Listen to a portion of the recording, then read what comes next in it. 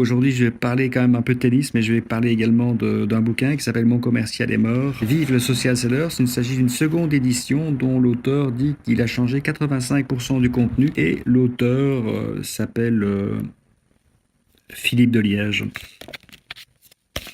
Mais chose promise, chose due, je vais vous parler de Thomas Muster. Alors Thomas Muster, c'est un joueur de tennis autrichien. Il a une capacité physique hors du commun. Il tapait dans la balle comme un bûcheron. Malheureusement, en 89, il est victime d'un incident de parcours, on va appeler ça comme ça. Il sort du stade de Key Biscayne, il venait de gagner la demi-finale. Il est renversé par une voiture. Il se retrouve à l'hôpital, le genou massacré. Il va passer sur le billard de nombreuses fois. Et puis, à un moment donné, apparaît cette photo qui va faire le tour du monde. Et oui.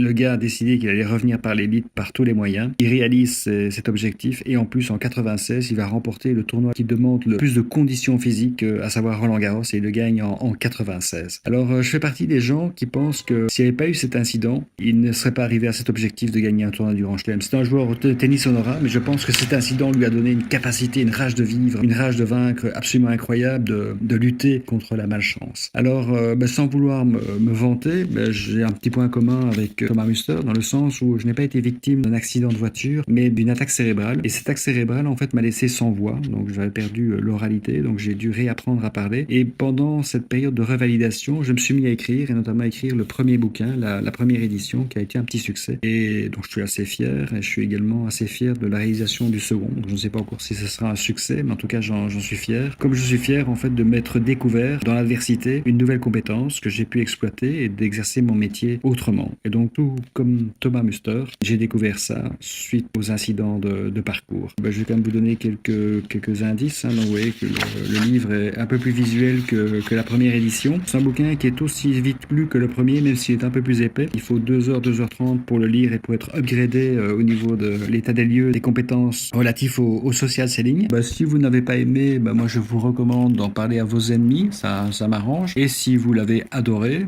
donnez-moi un petit mot doux et surtout recommandez-le à d'autres. Vous ne devez pas être le seul à bénéficier de cette nouvelle compétence de vendre de manière plus efficiente. Merci de votre écoute. Et désolé pour l'autopromotion, mais je n'écris un bouquin que tous les 3 ans. Donc la semaine prochaine, ce sera de nouveau plus drôle. À bientôt.